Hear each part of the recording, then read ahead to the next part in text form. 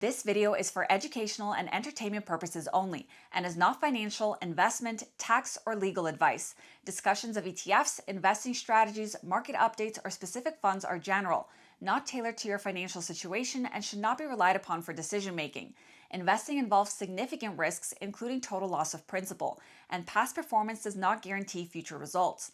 I am not a registered financial advisor. My content reflects personal research and publicly available information. I may earn affiliate commissions from mentioned products or links disclosed per FTC guidelines, but these do not influence my opinions. Always consult a licensed financial professional and verify information independently. By watching this, you agree I am not liable for any losses or consequences from your actions. International viewers should consult local regulations. The most common investments are the S&P 500 and the Nasdaq 100, the QQQ.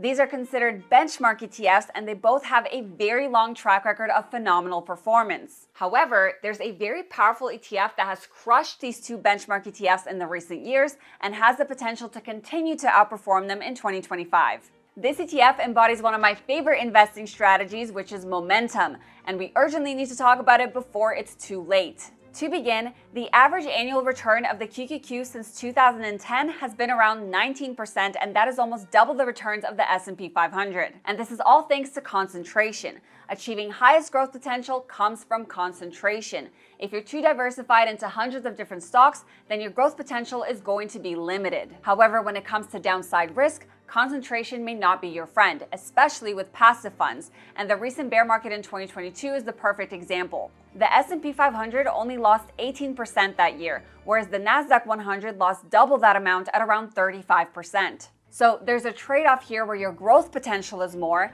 but your downside risk is also more. And that is why the total performance since the bear market of 2022 is relatively equal. So the real question is there an investment that has the potential to outperform both the S&P 500 and the QQQ in 2025 specifically, but most importantly, provide better downside risk mitigation than both of them? And this brings me to SPMO, which is the Invesco S&P 500 Momentum ETF. And this ETF has been on my radar for quite some time. Not only has it been absolutely phenomenal, but after doing some more research, I realized that its potential for growth is insane. This is also one of the ETFs that I talked about in my Build Your ETF Portfolio workshop. Now, before we continue, I wanted to let you guys know that I just released a free dividend ETF cheat sheet that breaks down the 7 key metrics every smart investor should know, plus my #1 way to spot a dividend trap. You can grab your free cheat sheet by clicking the link in the description or comment section below. Over the past year alone, this ETF provided double the returns of the S&P 500, and over the last 3 years, the ETF has provided superior returns, almost double the S&P 500 and 50% more than the QQQ. Now, when you look at its performance since inception, you can see that it has outperformed the S&P 500 almost the entire time, and in this past year, it is catching up to the QQQ. So right here, it's clear that its historical performance was not superior to the Nasdaq 100. But remember, I said that this ETF can be a superior performer in 2025 specifically, and that is all because of its focus on momentum. This ETF was established in October of 2015, so it has a relatively long track record for investors to analyze. And with over $10 billion of assets under management, it is a very liquid investment. So buying shares of this ETF will be relatively easy, and you will not be hit with any high transaction costs. This ETF also has a very low expense ratio of only 0.15%, which is less than the QQQ. So as I highlighted before, the recent performance of this ETF has been truly unbelievable, and in fact, majority of the fund's assets have accumulated in this short period of time. We're talking 6 times what it was majority of its lifespan. So how does this ETF work? And why is it, in my opinion, the best way to gain risk-averse exposure to this AI movement?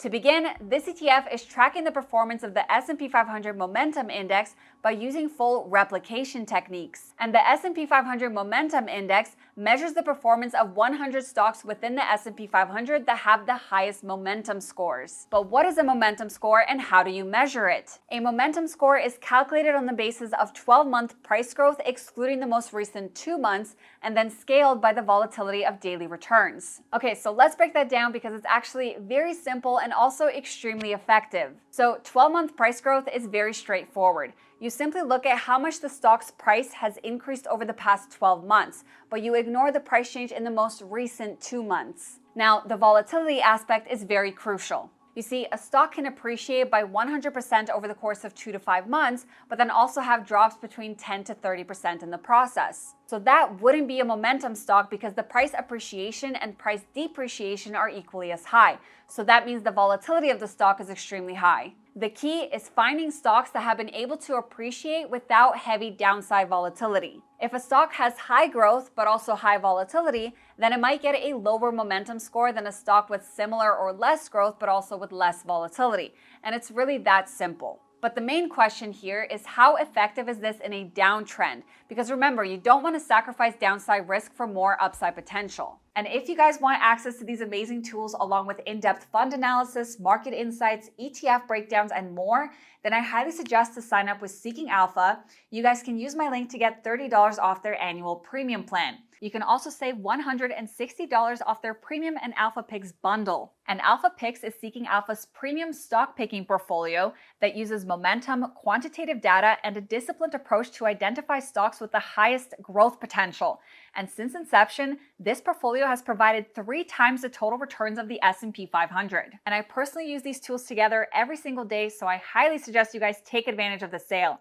Momentum metrics compare a stock's performance to the overall market. So stocks that perform well relative to the overall market, even when the market is falling, will be more resilient. Resilient stocks tend to maintain their price strength during a bear market. And SPMO's performance in the bear market of 2022 is a perfect depiction of this. The ETF only fell by 10%, as opposed to 19% for the S&P 500 and 34% for the Nasdaq 100. And in the recent market sell-off in April, SPMO captured similar downside to the S&P 500 and much less downside than the QQQ, but also managed to recover much faster with superior growth, providing more than 2 times the returns of the QQQ and 4 times the returns of the S&P 500. So right here, you have an ETF that is able to capitalize on superior upside growth while also mitigating the downside risk.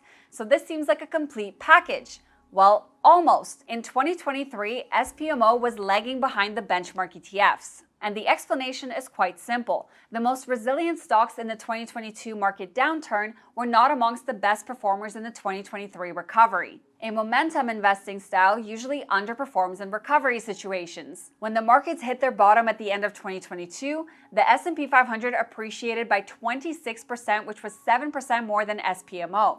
The Nasdaq 100 appreciated by 55%. But like I said, stocks that have dropped heavily will likely have a stronger rebound. Now, if you compare the performance of all 3 ETFs since the beginning of 2022, SPMO has outperformed significantly strictly thanks to its insane rally in 2024 and its ability to mitigate downside risk in 2022. By the end of 2023, these 3 ETFs had returned the exact same amount. Now, how effective is this strategy in the long term? And again, why is it, in my opinion, a risk-averse way to invest in the AI movement right now? So there's a very common misconception in investing where people assume that when a stock has significantly appreciated, that there's no way that it will continue to appreciate, or that a stock is way too overvalued now, so it has to drop. The actual way to think about this is when a stock has significantly appreciated, there's clearly a lot of expectations for growth and earnings growth. So the likelihood of that to continue is really high. And that is, in my opinion, how investors should be looking at this. Now, the same problem even comes when investing in the S&P 500. In 2023, as the S&P 500 hit all-time highs,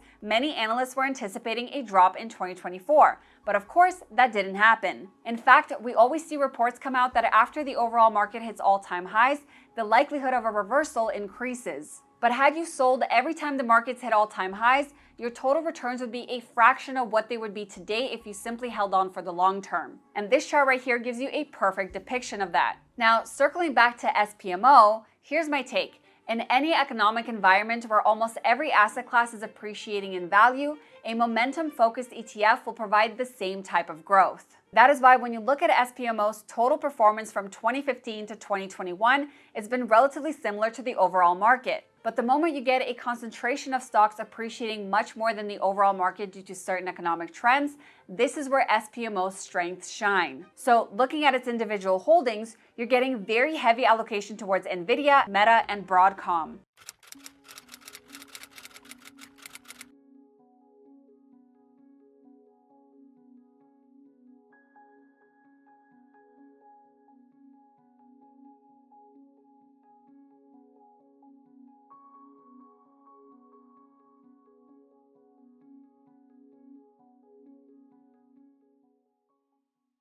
But the emphasis on NVIDIA has been the main reason why the ETF was able to double the returns of the NASDAQ 100. Remember, the NASDAQ 100 is simply taking the largest non-financial stocks within the NASDAQ and giving them an allocation based on their market cap. That is why within its top 10 holdings, the allocation towards Apple and Microsoft is similar to the allocation towards NVIDIA. So as the market cap of NVIDIA more than doubled over the course of 2 years, that is when the allocation of the stock started to approach Apple and Microsoft. Now, will the outperformance of the ETF continue? First, despite outperforming the S&P 500, its relatively concentrated portfolio may be a concern for long-term investors. And the second reason could be that in a recovery situation, the ETF will likely lag the overall market. For momentum stocks in general, I personally feel that this momentum can continue. Earnings growth potential of major AI stocks is still growing at a rapid pace. So unless we have a very poor earnings call from one of the big tech giants, I don't think that's going to change.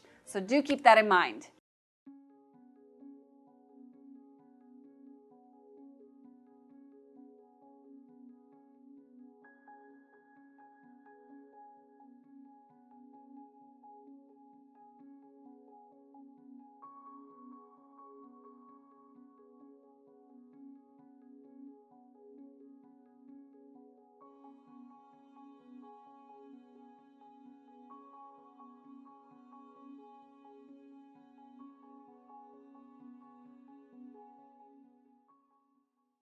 And that is why I feel that SPMO can be a fantastic way to capitalize on the continued upward momentum of artificial intelligence stocks while also being able to mitigate its downside. And that is all for this one. If you haven't yet, make sure you subscribe to my channel and hit the thumbs up button for the YouTube algorithm.